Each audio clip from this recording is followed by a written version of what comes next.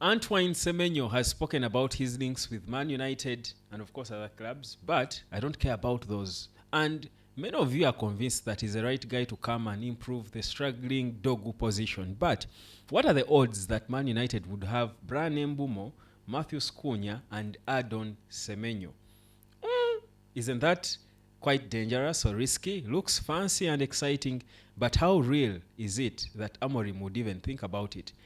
What is real is the fact that people are earning money online. There is no debates about that. You know that. You've seen them in your country, wherever you are. You know that people do small things with their phone and out of the blue are killing it online. But some of you are just stuck to the analog way of earning. You have to toil and hustle like your great grandparents did because you inherited, I think, a business or a profession. Guys, think internet, think business, think new money. You'll love it. But think about subscribing if you haven't, because where United is headed, when we win this Premier League this season, the dances will come back. Some of you knew me for them when we were not winning.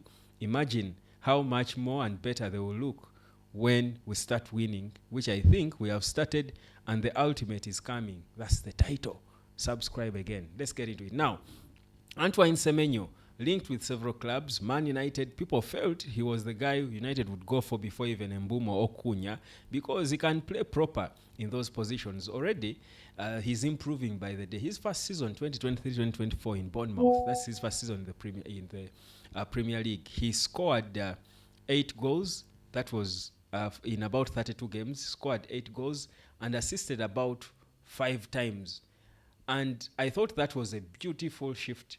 That was a good shift for a player. Like he assisted twice in his first season. Those are 10 goal contributions. His second season, which was the last 2024-2025, in 37 games, those are 5 games more.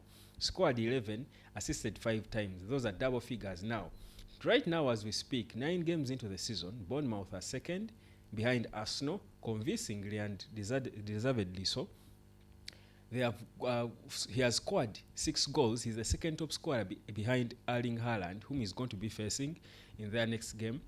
And he has got 3 assists with his name in 9 games. Now, that's 9 goal contributions in as many games. 6 goals, 3 assists. Now, that's crazy and insane. He has said in an interview that every season he has a journal where he sets goals for himself, realistic goals based on his performances and his feeling. I mean, how fit he feels and how he thinks the team is performing. And he says this season, 15 goals won't be bad. And I think, honestly, 15 goals will warrant the 70 million or even so pounds that Bournemouth were asking for teams like Real Madrid, Arsenal, Man City, and even United, who showed a bit of interest in him in the last summer.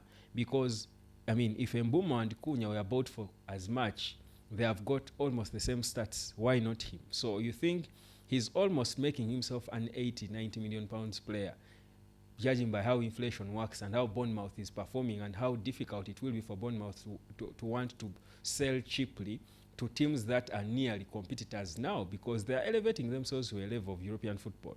And I feel that Bournemouth, with how they have started this season, 9 games in, and how they ended last season, they can properly feel that they can earn the right to go to Europe.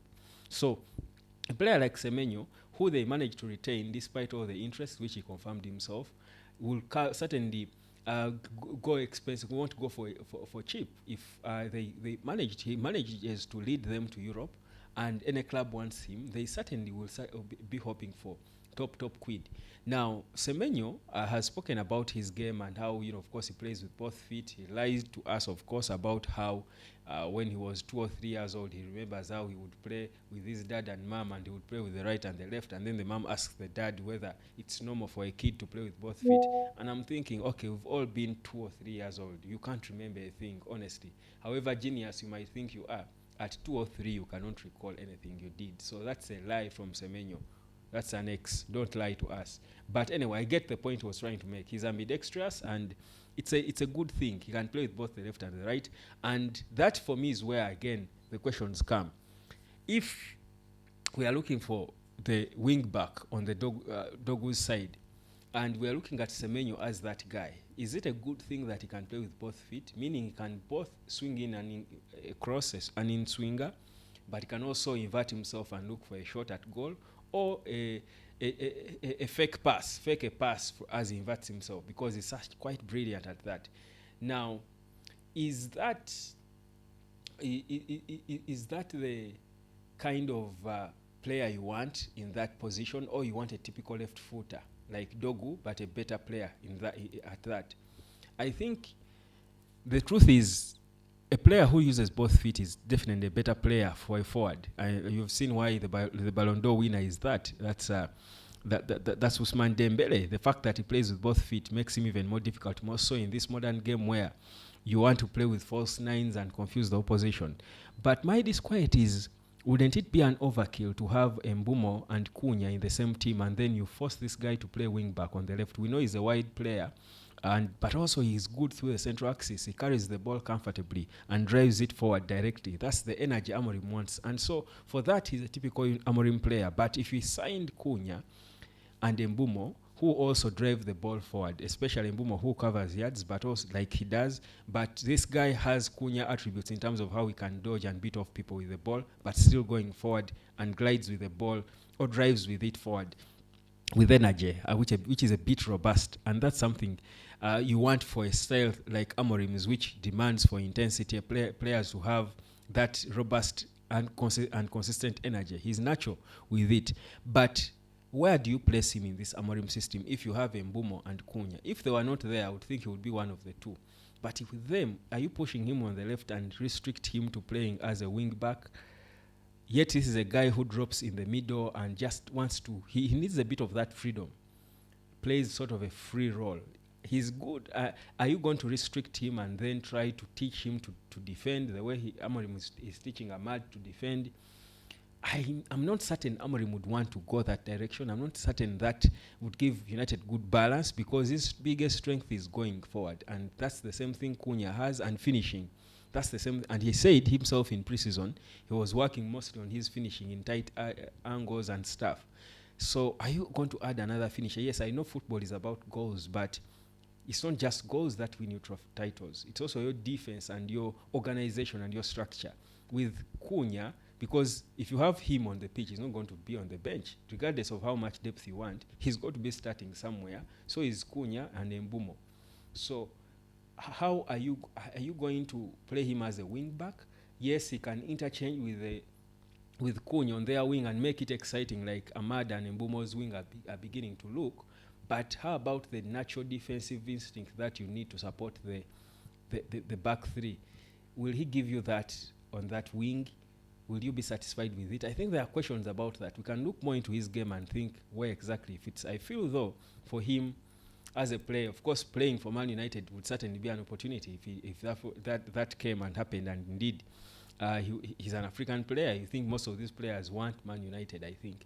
But would it be the best decision for his career, or would you rather go to a Real Madrid or a Chelsea, an Arsenal, or all these clubs that would all be interested in? Even Liverpool would be interested in him. I mean, Ancelotti is looking for more money. Once he's advocating for more money to waste again and sign more players he won't know how to use. So wouldn't he choose to go to those for his own good, because perhaps the Amorim system might not suit him? Or would he choose to join Amorim and he be transformed into another player, but playing for the biggest football club in the world? Honestly, if Amorim said he's the player he needs, I would believe that he knows what to do with him. I would back him. For now, I'm still not sold to the fact that he would be the perfect guy for that dog role. I think those who want him just wish to have every good player at Man United, but I don't think they think a lot about how he fits into the rest of the team, especially with the two number 10s that United signed. So those are my disquests. But in terms of fee, United would afford. This guy would be an 80 million pounds player, which I think United would be able to afford in the summer. I'm not quite certain they would really go for him and add him on, unless it's for depth when United then comes back in the Champions League. But still, even for depth, Cunha, Mbumo, and him should be starters. If you have them in your team, they should be among the starters. So where does he fit? Left wing back, I'm still debating in my head. And I'll come and tell you when I crack it and feel that, yeah, he can actually be the guy. He's talented, but let's not just get too excited with signing just players, but not minding about the profiles and where best they should play and how best they would fit into the team. Because it would mess up the squad anyway, if it's not right. If it's not the right profile and the right fit, it will only destroy what you're building. So that's Semenyo for you, but he has spoken. He says he uses both feet, but he's predominantly right-footed.